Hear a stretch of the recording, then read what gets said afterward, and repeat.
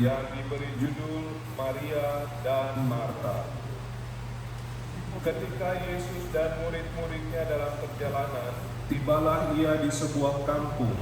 Seorang perempuan yang bernama Marta menerima dia di rumahnya. Perempuan itu mempunyai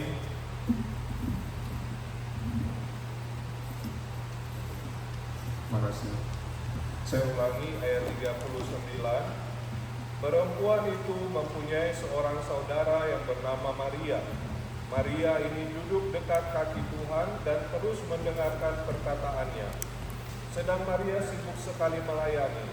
Ia mendekati Yesus dan berkata, "Tuhan, tidakkah engkau peduli bahwa saudaraku membiarkan aku melayani seorang diri? Suruhlah dia membantu aku." Tetapi Tuhan menjawabnya, "Marta, Marta, engkau khawatir dan menyusahkan diri dengan banyak perkara, tetapi hanya satu saja yang perlu. Maria telah memilih bagian yang terbaik yang tidak akan diambil daripadanya." Demikianlah berita Alkitab bagi kita semua di saat ini. Inang Amang dan saudara-saudari yang Tuhan Yesus kasihi, apa kabarnya? Baik, puji Tuhan. Kalau baik senyum sedikit dong Inang Amang. Johnny, how are you doing today? How are you? Good. Baik, Inang Amang semua yang Tuhan Yesus kasihi, sebelum saya datang di Amerika sini, bahkan masih kecil, saya selalu dengar bahwa New York City adalah salah satu kota yang tidak pernah tidur di dunia. Dan ketika saya datang baru saya lihat sendiri, oh ya memang benar. Setiap kali saya mau balik ke Pittsburgh, saya naik bus setengah 11 malam. Di terminal itu selalu ramai, padahal sudah hampir tengah malam masih seperti siang. Kesibukan di New York City memang luar biasa. Saya yakin Inang Amang yang sudah ke negara-negara lain juga bisa membandingkannya, seperti di Tokyo atau di Hong Kong yang memang kesibukannya luar biasa sekali. Orang sibuk dengan berbagai aktivitas, bahkan pekerjaan. Kalau di New York dengan orang double job itu bukan sesuatu yang aneh ya untuk kita. Kalau sehari 24 jam orang bekerja 16 jam itu suatu hal yang kita sudah anggap biasa. Bahkan kalau ada 50 jam satu hari mungkin dia akan kerja 45 jam, 5 jam istirahat. Ya begitulah kehidupan manusia dengan berbagai macam aktivitas yang membuat dia sibuk. Cuma ada satu hal yang kita harus hati-hati. Jangan sampai kesibukan kita itu membuat kita lupa pada hakikat kita sebagai orang beriman, yaitu mendekatkan diri dengan Tuhan. Di hari ini kita belajar dari kisah dari Marta dan Maria. Saya yakin Inang Amang semua sudah dengar kisah ini, bahkan mungkin sejak dari Indonesia kita sudah tahu kisah Marta dan Maria. Kalau diberikan pilihan kepada Inang Amang, siapa yang akan Inang Amang pilih? Mau pilih menjadi seperti Marta ataukah memilih menjadi seperti Maria? Inang Amang memilih siapa? Marta atau Maria? Kalau Marta dia hidup di New York, dia kerja pasti dia duit lebih banyak daripada Maria. Maria cuma duduk saja, dia tidak bikin apa-apa. Kira-kira memilih siapa? Marta atau Maria? Maria. Oke, pilihan terserah pada kita masing-masing. Pertanyaan saya lalu berlanjut. Mungkin itu gampang ya. Pertanyaan saya berlanjut. Apakah Marta salah menurut Inang Amang? Apakah Marta salah sama sekali? Tidak juga ya.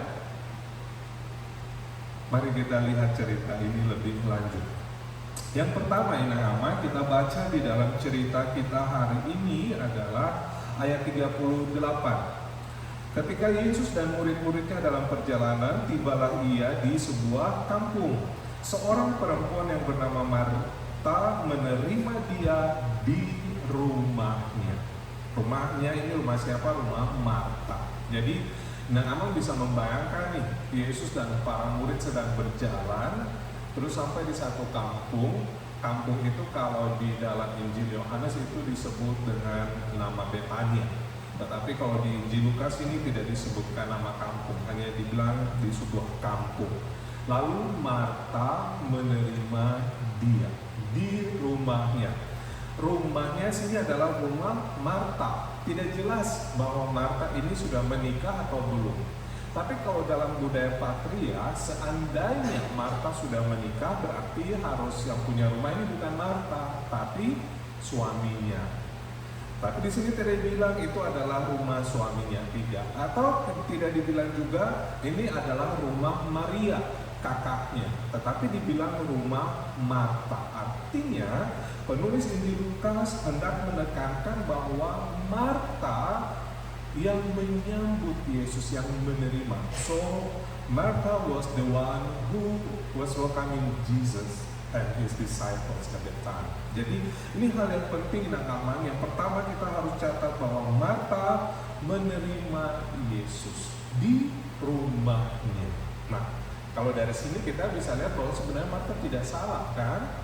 Karena dia menerima Yesus. Bahkan kalau di dalam budaya saat itu nama menerima orang asing, welcoming strangers, welcoming guests, itu suatu hal yang sangat luar biasa. Jangankan pada saat itu nama, kita orang Indonesia punya budaya itu kan. Tamu datang, kita akan berupaya untuk menjamu dia dengan luar biasa. Kalau di Amerika mungkin kita mengalami suasana berbeda. Kalau tidak bikin appointment sebelumnya, tidak ada undangan, kamu siapa? Bahkan kadang sudah diketok pintu pun tidak dibuka kalau itu tidak dibilang siapa sebelumnya. Tapi kalau kita tidak, di Indonesia bahkan orang baru datang saja dari kampung atau dari mana datang ke rumah kita, kita akan berusaha untuk menjamu dia seluar biasanya. Paling tidak kita akan berusaha mencari teh. Kita harus bikin teh untuk orang itu. Mau nanti ada gula atau tidak itu kemudian. Mau gula 1 sendok atau 3 sendok, 5 sendok itu nanti kemudian. Yang penting kita akan usaha untuk melayani orang itu. Itu hospitality yang memang sangat luar biasa. Dan pada saat itu Martha juga melakukan hal itu. Hal yang kedua Martha itu sibuk dengan pelayanannya. Karena itu di dalam cerita tadi ayat 40 dikatakan sedang Martha sibuk sekali melayani. Jadi memang dia fokus kepada pelayanan. Makanya Tuhan Yesus bilang ayat 41, Martha, engkau khawatir dan menyusahkan diri dengan banyak perkara. Jadi Tuhan Yesus bilang kepada dia bahwa ya memang dia sibuk, dia fokus, tetapi itu sudah overloaded sebenarnya. Sudah terlalu banyak apa yang dia lakukan. Tetapi kalau Maria di lain sisi fokus on listening to Jesus. Jadi dia lebih fokus untuk mendengarkan apa yang Yesus ajarkan. Yang ketiga, berkaitan dengan hal yang tadi, Martha itu sangat sibuk dan dia fokus kepada pelayanannya itu. Tetapi kalau kita lihat di Nahama, apa yang dilakukan Martha itu kalau di dalam bahasa Alkitab ya, di dalam terjemahan bahasa Yunani dikatakan ayat 40, Martha sibuk sekali melayani. Kata melayani itu dari kata diakonia. Jadi artinya melayani memang. Nahama tentu ingat bahwa salah satu panggilan gereja ini adalah untuk diakonia. Selain koinonia dan marturia ada juga diakonia, yaitu melayani. Jadi apa yang dilakukan oleh Martha itu adalah suatu hal yang memang baik adanya sebenarnya. Nah, tetapi catatan yang keempat, Martha itu terlalu khawatir dengan banyak hal. Maka Yesus bilang bahwa engkau khawatir dan menyusahkan diri dengan banyak perkara. Namun bisa bayangkan saja ya, kalau orang yang penting tiba-tiba datang ke rumah kita, kita akan berusaha untuk melayani dia sebaik-baiknya.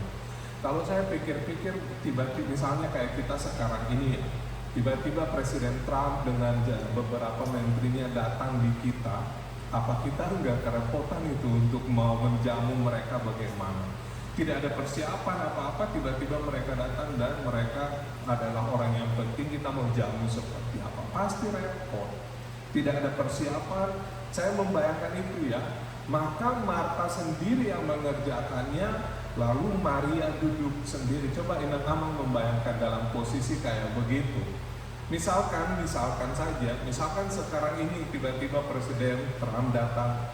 Ya ini misalkan saja ya, kalau ada yang tidak setuju dengan Presiden Trump itu cerita lain. Ya ini anggap saja seolah-olah beliau datang ke sini dan kita sibuk semua, tapi tidak semua sibuk. Beliau berbicara, kita semua duduk mendengarkan. Misalnya Amang Margun sendiri yang sibuk harus menyiapkan banyak hal. Apa enggak pusing itu harus menyiapkan makan, menyiapkan segala yang dibutuhkan oleh tamu kita. Dan bukan satu orang Inang Amang, ini Yesus dan murid-muridnya. Jadi dalam konteks itulah Marta itu merasa, Maria kamu duduk di sana untuk apa? Gitu. Jadi perasaan itu saya rasa Inang Amang bisa membayangkan ya, kira-kira bagaimana kita lagi sibuk di dapur, lagi masak. Jangankan masak banyak, baru bikin mie aja sendiri misalkan, terus ada teman kita atau saudara kita tidak peduli dan membiarkan kita kerja sendiri, itu sudah repot gitu. Dan itulah konteks yang terjadi di sini. Makanya itu membuat Marta lalu melihat Maria dan dia merasa bahwa Maria itu unhelpful, tidak menolong, tidak membantu dia. Makanya di dalam cerita kita tadi, Marta datang dan Marta melapor kepada Tuhan Yesus ayat 40, Tuhan, tidakkah engkau peduli bahwa saudaraku membiarkan aku melayani seorang diri? Nah ini jadi Marta datang nih, bilang kepada Tuhan Yesus, Tuhan, kok Tuhan tidak peduli? Nah ini menarik ya, dia justru menyampaikan suatu pernyataan negatif bahwa Yesus itu tidak peduli. Jadi karena itu membiarkan Maria itu duduk begitu saja. Jadi di antara konflik sebenarnya antara Marta dan Maria, dia mengundang Yesus untuk masuk dan Yesus ayo dong bilang Maria untuk bantu saya, begitu. Nah, tetapi ini menarik yang kita lihat, respon Tuhan Yesus ternyata berbeda dari apa yang diharapkan oleh Marta itu. Sederhananya saya ingin bilang begini, Nang Amang, Marta dan Maria sebenarnya punya sama-sama kebaikannya. Jadi Marta sebenarnya tidak bisa disalahkan 100% karena dia berdiakonia, dia melayani. Jadi saya ingin memakai istilah begini, Martha loved Jesus through action, tapi Mary loved Jesus through devotion. Jadi ada yang satu action, yang satunya devotion. Nah, saya harap Inang Amang bisa mencermati hal ini. Dan karena itu saya kembali kepada pertanyaan saya yang tadi, apakah Marta salah sepenuhnya? Dari penjelasan saya tadi, saya rasa kita tidak bisa menyalahkan Marta sepenuhnya. Kenapa? Dia punya hospitalitas yang bagus. She performed or presented a good hospitality. Inang Amang ingat waktu dalam cerita sebelumnya ya, kalau kita baca cerita dalam Alkitab dari Lukas 10 juga ayat 25 sampai 37 yang diberi judul orang Samaria yang murah hati, The Good Samaritan. Kita ingat cerita di situ Inang Amang. Tuhan Yesus pada akhirnya dalam ceritanya ada orang yang dirampok, kemudian dia setengah mati. Ada siapa yang lewat pertama Inang Amang? Ada siapa yang lewat? Saya baca ya di ayat 31, 10 ayat 31. Kebetulan ada seorang imam turun melalui jalan itu. Ia melihat orang itu, tetapi ia melewatinya dari seberang jalan. Nah, jadi apa? Tuhan Yesus ingin bilang, ini ada orang sakit, yang susah, menderita, tapi imam itu lewat begitu saja, dia tidak peduli. Yang kedua, orang yang lewat adalah siapa? Dalam ayat 32 disebutkan, seorang Lewi. Orang Lewi adalah orang yang bekerja di rumah Tuhan, yang merawat dan seterusnya. Tapi mereka tidak peduli. Nah, nanti orang yang berikut adalah orang Samaria. Orang Samaria itu yang malah peduli dan menolong dia, merawat sampai juga membayar penginapan dan seterusnya. Orang Samaria yang katanya bermusuhan dengan orang Yahudi atau dengan Yesus, malah dia yang menolong. Dan di sini cerita ini Yesus menanyakan, kalau itu siapa yang sesama manusia? Justru orang Samaria. Jadi orang Samaria itu yang dianggap hebat. Nah, apa yang ingin saya bilang ini sama? Jadi cerita sebelum Marta dan Maria itu Yesus menunjukkan bahwa yang hebat itu bukanlah orang yang pergi ke ibadah seperti imam dan orang Lewi, tidak. Justru orang yang datang dan menolong orang yang sakit, yang setengah mati itu. Tapi cerita yang kita lihat di Marta dan Maria, justru Yesus ingin membalikan itu. Yesus ingin bilang, iya, memang betul, ada kita bisa melayani, kita harus melayani. Itu adalah suatu panggilan, tapi jangan lupa bahwa ada satu juga yang penting yang tidak boleh diabaikan adalah mendengarkan firman Tuhan. Jadi, kesibukan melayani seperti Marta tidak boleh mengabaikan juga kekusyukan seperti Maria yang mau mendengarkan firman Tuhan. Nah, apa yang bisa kita pelajari dari cerita ini? Nah, teman, sebenarnya Injil Lukas ingin menekankan dua aspek yang penting, yaitu bahwa di satu sisi menjadi murid Yesus adalah kita harus setia melayani diakonia. Oke, tetapi jangan lupa di lain sisi kita juga punya tugas seperti Maria yang selalu mau mendekatkan diri kepada Tuhan. Dan itu tidak boleh dilepas pisahkan, harus berjalan bersama-sama. Karena apa? Begini, kalau kita cuma bisa melayani dan melakukan tindakan baik kepada semua orang, kita menjadi good Samaritans, itu bukan sekedar orang Kristen. Kita lihat di Amerika, orang-orang yang suportif pada Good Samaritan, gerakan Good Samaritan, itu bukan cuma orang Kristen.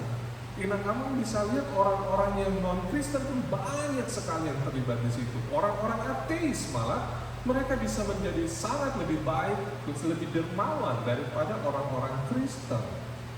Karena apa? Mereka memang fokus kepada melakukan kebaikan, humanisme. Mereka menunjukkan harus melakukan kebaikan. Nah, Yesus ingin bilang, orang Kristen juga harus baik, harus berdiakonia, melayani, tapi itu didorong pada mendengarkan firman Tuhan. Jadi karena itu Tuhan Yesus ingin bilang sebenarnya di bagian akhir dari cerita kita tadi, Tuhan Yesus bilang kepada Maria, Maria telah memilih bagian yang terbaik, yang terbaik. Jadi ini sangat penting. Kenapa? Tuhan Yesus bilang bagian itu tidak akan diambil daripadanya. Karena ini berkaitan dengan relasi Maria dengan Tuhan yang tidak dapat direnggut oleh siapapun. Dan relasi itu adalah relasi yang kekal sampai pada hidup yang kekal. Bukan sementara di dunia ini saja. Karena itu aman yang Tuhan Yesus kasihi, Tuhan Yesus ingin mengingatkan kita, sesibuk apapun dengan pelayanan kita, jangan kita lupa. Yang paling penting itu adalah selalu mendekatkan diri kita kepada Tuhan. Tuhan adalah sumber segala hidup, sumber berkat bagi kita. Karena itu sudah 6 hari kalau kita ingat sebenarnya di dalam hukum Tuhan yang dibacakan, 6 hari lamanya engkau telah bekerja, maka pada hari ke-7 haruslah kau beristirahat dan beribadah kepada Tuhanmu. Itu salah satu hal yang sangat penting. Kita sibuk tetapi jangan melupakan kedekatan kita dengan Tuhan. Jadi aman yang Tuhan Yesus kasihi, kita dipanggil untuk menjadi murid yang setia berdiakonia, melayani, action, tetapi di lain sisi juga kita tidak boleh mengabaikan devotion. Sebagai murid Kristus kita harus menjalani dua-duanya dengan setia. Kita tidak hanya menekankan satu aspek yang kontemplatif saja untuk merenungkan firman Tuhan, tetapi kita juga harus melakukan suatu tindakan yang aktif secara praktis untuk bisa menolong sesama kita. Karena itu adalah panggilan kita. Kita berkontemplasi, tenang di tempat ini mendengarkan firman, untuk kita pergi keluar sana dan aktif melayani Tuhan, melalui pelayanan kepada sesama. Semoga kita mendapat inspirasi dari kisah ini. Kita tidak hanya memilih menjadi Marta atau tidak hanya memilih menjadi Maria, tetapi memilih menjadi murid Yesus yang selalu dekat kepada Yesus dan mau mengulurkan tangan membantu sesama kita. Inang Amang mungkin sudah tahu hari ini tadi saya mulai dengan menyapa Johnny. Tadi dibilang kita berkenalan dengan dia, baru dicerita sama Inang tentang Johnny ini dan seterusnya. Satu hal yang menarik yang saya lihat, daripada sibuk melayani Johnny di rumah, lebih baik Johnny dibawa ke sini untuk beribadah bersama-sama. Itu suatu hal yang menarik sebenarnya. Saya ketika cerita tadi baru saya wah ini mirip dengan cerita ini. Daripada sibuk di sana seperti Maria, lebih baik dibawa ke sini dan beribadah bersama-sama, mendekatkan diri dengan Tuhan. Tuhan menolong kita semua. Amin. Dan Amang, mari kita berdoa. Puji syukur kepadamu ya Tuhan atas segala kebaikan-Mu di dalam kehidupan kami sehingga kami tetap hidup sampai pada saat ini. Terima kasih Engkau berikan kesempatan bagi kami untuk belajar dari kisah Marta dan Maria. Engkau menunjukkan bagi kami juga dari kisah orang Samaria murah hati, kami harus menjadi orang-orang yang bisa mengulurkan tangan menolong sesama kami. Kami belajar dari Marta untuk bisa berdiakonia, harus fokus pada pelayanan kami, tapi di lain sisi kami pun harus bisa belajar dari Maria yang selalu mau mendekatkan diri kepadamu ya Tuhan. Kiranya Roh Kudus menuntun kami supaya kesibukan-kesibukan kami tidak membuat kami melupakan Engkau ya Tuhan, supaya kesibukan-kesibukan kami tidak menghalangi kami untuk mendekatkan diri kepadamu. Tuhan tolong kami semua agar bisa dengan hikmat-Mu menghadapi berbagai tantangan-tantangan yang mengancam keutuhan iman kami kepadamu, dan biarlah Kau menolong kami mengambil keputusan-keputusan yang baik di tengah-tengah negara yang sangat maju dengan berbagai tantangan hidup di bawah kepemimpinan Presiden Trump maupun di dalam semua jajaran kepemimpinan yang ada. Biarlah Tuhan berkati kami semua dengan hikmat-Mu agar kami bisa menjadi murid-murid Kristus yang setia untuk melayani seperti Marta, tetapi juga yang selalu mau mendekatkan diri kepadamu seperti Maria. Terima kasih banyak Tuhan, terpujilah nama-Mu sampai selama-lamanya. Amin. Dengan aman kita akan memberikan persembahan syukur kita sambil kita menyanyikan buku nyanyian HKBP 255.